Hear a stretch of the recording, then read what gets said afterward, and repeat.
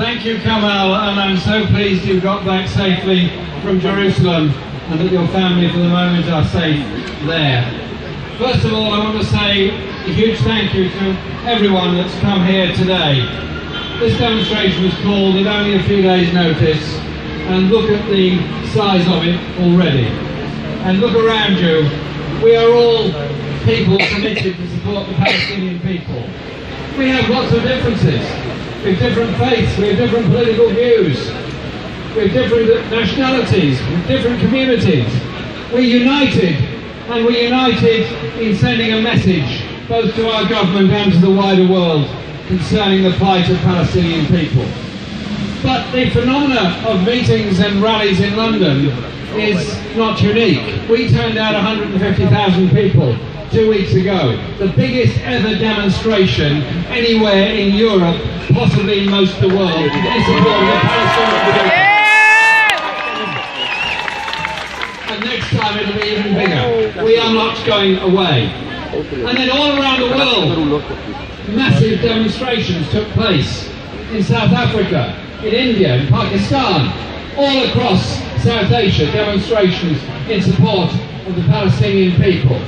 All across Latin America, demonstrations in support of the Palestinian people.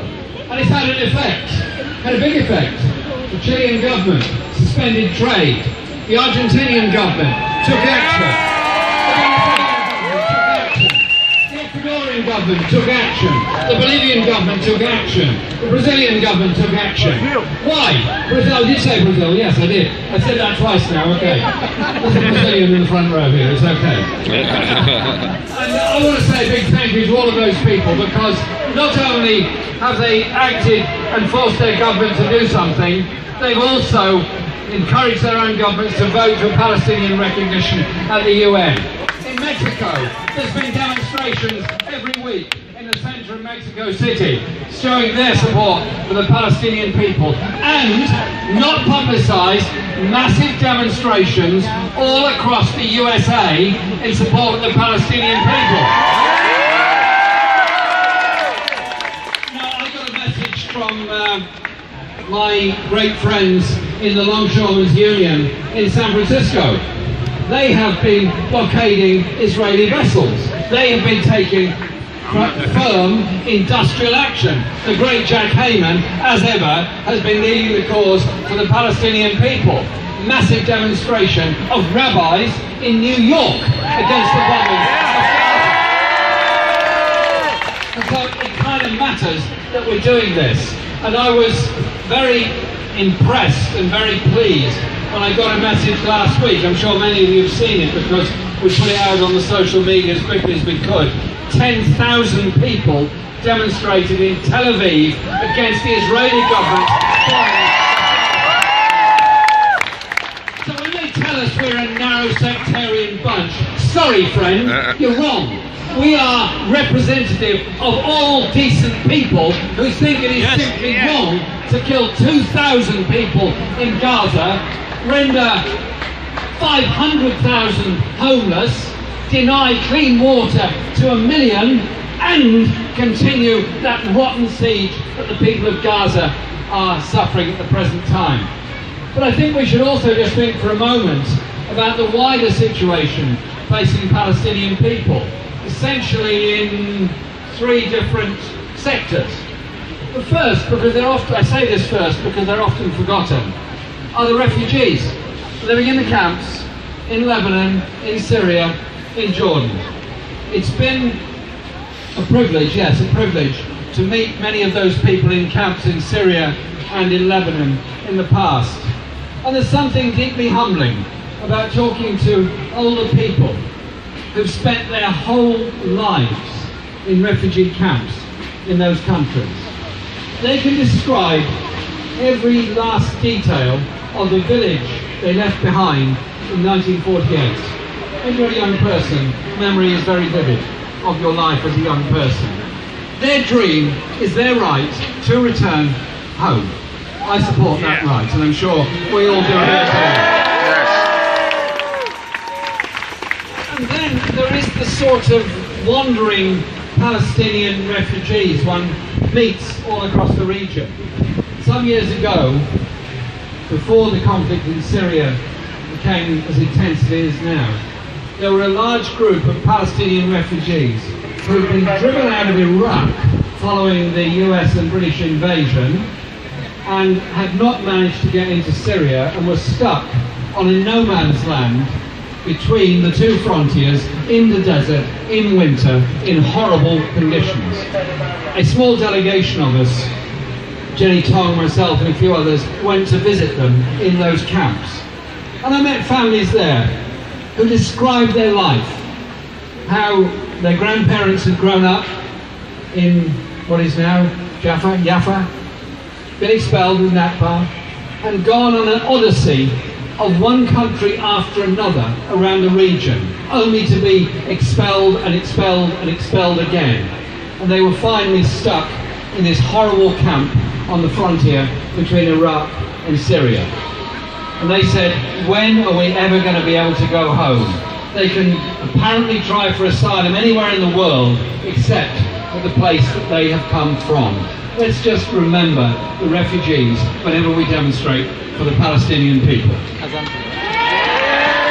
And for those living in the West Bank has just become now a polka dot of Israeli settlements, of lines on maps, which are settler roads on which the Palestinian people cannot travel. Anyone trying to get around on the West Bank, checkpoint after checkpoint after checkpoint, abuse, humiliation, abuse of families, abuse of children, random arrests. And for those that try to farm, the wall comes, the settlements come, the water is stolen, the products can't be exported. And we just see the endless encroachment of Palestinian land. And then in Gaza, and I've had the privilege of visiting Gaza on many occasions, it's hard to describe life where you look out to sea and there are gunboats to shoot your vessel if you go too far out to sea. You look to the east, there is a fence for which you'll be shot if you go too near it. There are crossing points, Rafah, Erez, no chance of getting through those if you're an ordinary Palestinian. So you can be educated, you can try and survive, you can learn a lot, the university is very good until they were bombed, but you can't work, you can't travel, you can't lead the normal life. Is it surprising? Is it surprising at all? This makes young people in Gaza very, very angry indeed. Electricity, forget it, it's cut off all the time. Random power cuts, even before the recent bombardment. Look to the north, to Ashkelon, the lights are shining all the time. Look across into Israel, the lights are shining all the time. They've got water, they've got roads, they've got hospitals, they've got free movement. Why can't the youth of Gaza have the same rights of free movement, the same rights to lead a normal life? And so we're outside the British Prime Minister's residence. He's apparently surfing in Cornwall. There's big waves, I hope he copes all right. I heard that, well done. And Britain is not just an innocent bystander in all this. Britain's complicity in this disaster for the Palestinian people goes back a long way.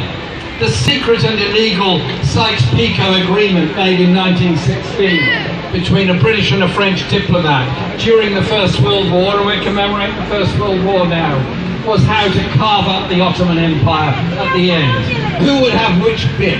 Which bit would go to France? Which would go to Britain?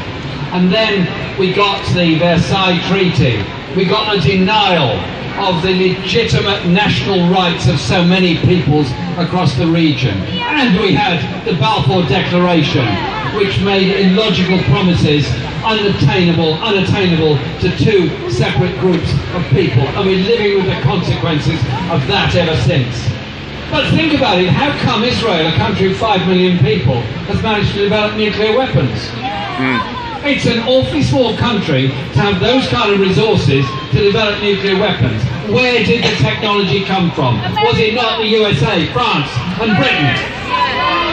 Was it not also support given by the then apartheid regime in South Africa that helped all that? And we have £2 billion worth of arms deals over the past few years alone with Israel. And the British government, despite all our demands for suspension of the arms trade, as John Rees pointed out, has only said it would suspend 12 of the many